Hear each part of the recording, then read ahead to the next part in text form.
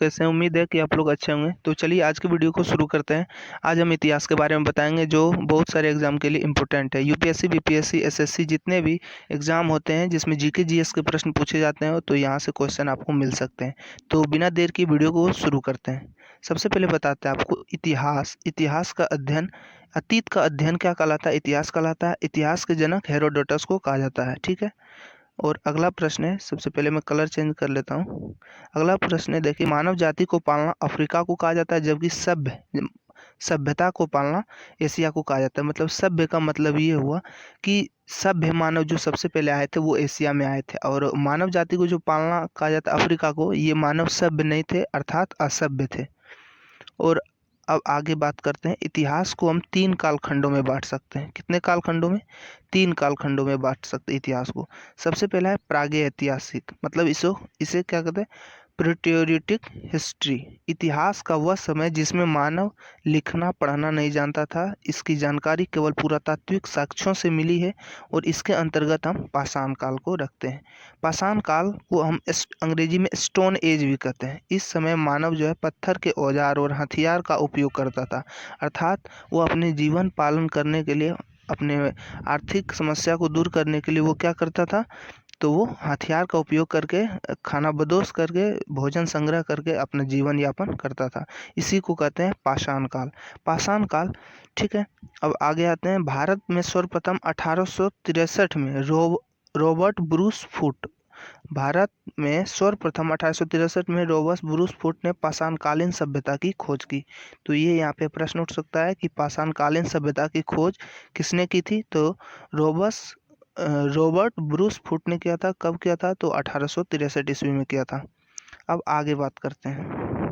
अब आता है अगला टॉपिक है, देखिए, भारत का पुरातात्विक पिता सर अलेक्जेंडर कनिंघम को कहा जाता है। भारत का पुरातात्विक संग्रहालय इंदिरा गांधी मानव संग्रहालय है, जो इंदिरा गांधी मानव संग्रहालय भारत का पुरातात्विक संग्रहालय है, जो संस्कृति मंत्रालय के अधीन आता है। मिलने वाले धातु के आधार पर नामांकन किसने किया था? क्रिश्चियन थॉमसन ने। और लिखावट के आधार पर किसने किया था? रॉबर्ट ब्रूस फुट ने किया था।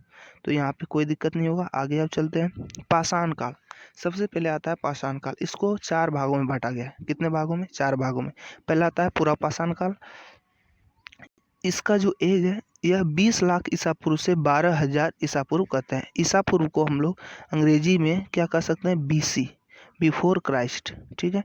तो ईसा पूर्व मतलब अब इसके बारे में हम बताते हैं। पूरा पाषाण काल के बारे में, यह इतिहास का सबसे प्रारंभिक समय था। तो इतिहास का सबसे प्रारंभिक समय था। इस समय मानव को आदि मानव कहा जाता था। मतलब वह भोजन संग्रह करके, अस्थायी जीवन नहीं था, इसीलिए इधर घूम फिर कर ये सब अपना जीवन यापन करते थे। इस समय मानव जो है खाना बदोश था, मतलब खाना को संग्रह करके अपना जीवन पालन करता था, अर्थात वह जीवन का मुख्य उद्देश्य जानवरों के भांति ही अपना पेट भरना था। इसमें मानव की सबसे बड़ी उपलब्धि क्या थी? आग की खोज। तो प्रश्न पूछा जाएगा कि पूरा पाषाण काल में किसकी खोज हुई थी? आग की खोज। या इस तरह से भी पूछा जा सकता है कि आग की खोज किस काल में हुई? तो पूरा पाषाण काल में हुई थी। इस समय मानव बड़े बड़े पत्थर औजार का इस्तेमाल करता था। क्यों? शिकारी करने के लिए, जिससे उसका आर्थिक जीवन यापन हो सके। इस समय मानव चित्रकारी करना भी प्रारंभ कर दिया था, और भीमबेटका की गुफाओं में इसका साक्ष्य मिलता है। अब आगे आते हैं। पाषाण काल में के चित्र देखने को मिलते, भीमबेटका में पाषाण काल के चित्र देखने को मिलते हैं, जो मध्य प्रदेश के अब्दुललारगंज रायसेन जिला में स्थित है। ठीक है। तो यहाँ पे कोई दिक्कत नहीं होगा। अब आते हैं, दूसरा आता है मध्य पाषाण काल। ओके। अब मध्य पाषाण काल की बात करते हैं। मध्य पाषाण काल, तो मध्य पाषाण काल जो है 12,000 ईसा पूर्व से कितना माना जाता है? 12,000 ईसा पूर्व से 10,000 ईसा पूर्व माना जाता है। ठीक है। और इस काल के बारे में सर्वप्रथम किसने जानकारी दिया? कायरल ने 1867 ईस्वी में दिया है। और यह पूरा पाषाण काल के बाद का काल था। पूरा पाषाण काल के बाद का काल मध्य पाषाण काल। इसमें मानव हथियार छोटे आकार के थे, इसलिए इन्हें माइक्रोलिथ कहते हैं। इस समय मानव के सबसे प्रमुख कार्य अंत्येष्टि कार्यक्रम था, मतलब अंतिम संस्कार। इस समय इस यहाँ से पूछा जा सकता है प्रश्न कि सबसे पहले अंत्येष्टि कार्यक्रम की शुरुआत किस काल से हुई है, तो मध्य पाषाण काल से इसका साक्ष्य देखने को मिला है। इस काल में मानव ने क्या किया था, अस्थि पंजर का पहला अवशेष प्रतापगढ़ यूपी से और सराय नहार महदहा नामक स्थान से प्राप्त हुआ है। ठीक है, यह स्थल आपको दिमाग में रखना है। अब आता है नव पाषाण काल या उत्तर पाषाण काल भी इसे कहते हैं। ठीक है, इसका काल 10,000 ईसा पूर्व से 3,000 ईसा पूर्व माना जाता है। इस काल के बारे में सर्वप्रथम जानकारी किसने दी? सर जॉन लुबाक ने 1865 ईस्वी में दिया था। इस काल में मानव ने अस्थायी आवास बना लिया था, साथ ही कृषि तथा पशुपालन भी प्रारंभ कर दिया था।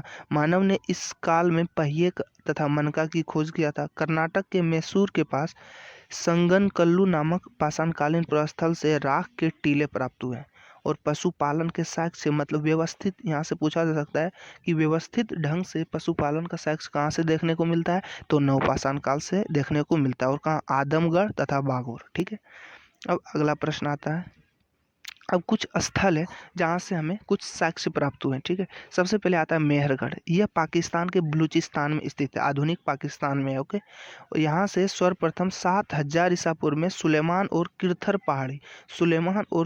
पहाड़ी के बीच में मेहरगढ़ है, और 7,000 ईसा पूर्व में इसका कृषि का साक्ष्य देखने को मिला है। और कौन सा फसल देखने को मिला? जौ और गेहूं देखने को मिला है। ठीक है, मेहरगढ़ यह पाकिस्तान के बलूचिस्तान में स्थित है। यहाँ से सर्वप्रथम 7,000 ईसा पूर्व में सुलेमान और किरथर पहाड़ियों के बीच कृषि के साक्ष्य जौ एवं गेहूं मिली थी। ठीक है, अब आता है अगला जगह है बुर्जहोम।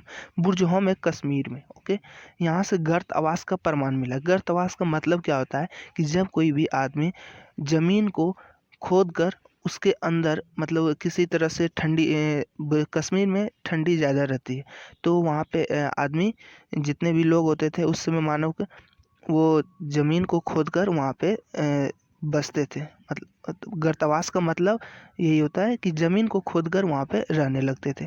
और यहाँ का मालिक के साथ कुत्ते को दफनाया गया है। मतलब बुर्जहोम से हमें ये भी साक्ष्य मिलता है कि वहाँ पे साक्ष्य मिलता है कि लोगों के साथ साथ कुत्तों को भी दफनाने का साक्ष्य बुर्जहोम से हमें मिला है। और गुफ कराल यहाँ से मृदभांड का प्रमाण मिला है। गुफ कराल से मृदभांड अर्थात मन का प्राप्त हुआ है। ठीक है, अब अगला है कोल्डीवा यहाँ से चावल का साक्ष्य मिला है। यह कहाँ है? यूपी के बेलन घाटी में स्थित है, और यहाँ से चावल का साक्ष्य मिला है। कब मिला है? 6,000 ईसा पूर्व में मिला है। ठीक है, अब आता है चिरांद भी एक स्थल है। यह कहाँ है? बिहार के सारण जिले में स्थित है चिरांद। यहाँ से प्रचुर मात्रा में हड्डी के उपकरण मिले हैं। अब आता है लोहरा देव यहाँ से नवीनतम रूप से चावल के साक्ष्य मिले 9,000 ईसा पूर्व में, 9,000 ईसा पूर्व से 7,000 ईसा पूर्व में। तो आपको प्रश्न पूछेगा कि नवीनतम रूप से प्राचीन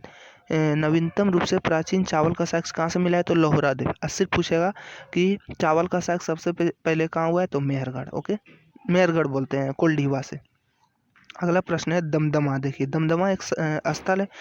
यहाँ एक ही जगह से 3 मानव कंकाल मिले हैं। ठीक है, और यहाँ को मानव द्वारा पाला गया पहला पशु क्या था? कुत्ता था।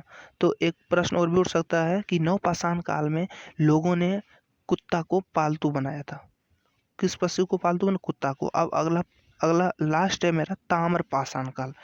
यह पाषाण काल का अंतिम समय था। इस समय मानव ने तांबे की खोज कर ली थी, जिस कारण औद्योगिकीकरण शुरू हो गया था। औद्योगिकीकरण मतलब व्यापार वाणिज्य होना स्टार्ट हो गया था, और इसी औद्योगिकीकरण का विकसित रूप से हमें सिंधु सभ्यता में देखने को मिलता है।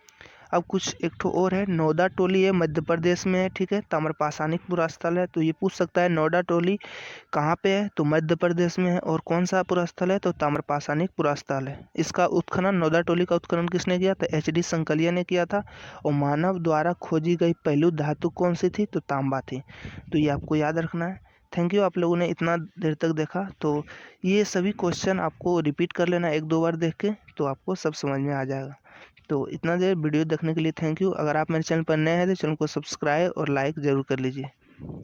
और पार्ट 2 वीडियो में आपको सिंधु सभ्यता के बारे में दिखाया जाएगा। और अगर आप पार्ट 2 देखना चाहते हैं तो इस लिंक के डिस्क्रिप्शन में जाइए, पार्ट 2 वीडियो दे दिया गया है। Thank you.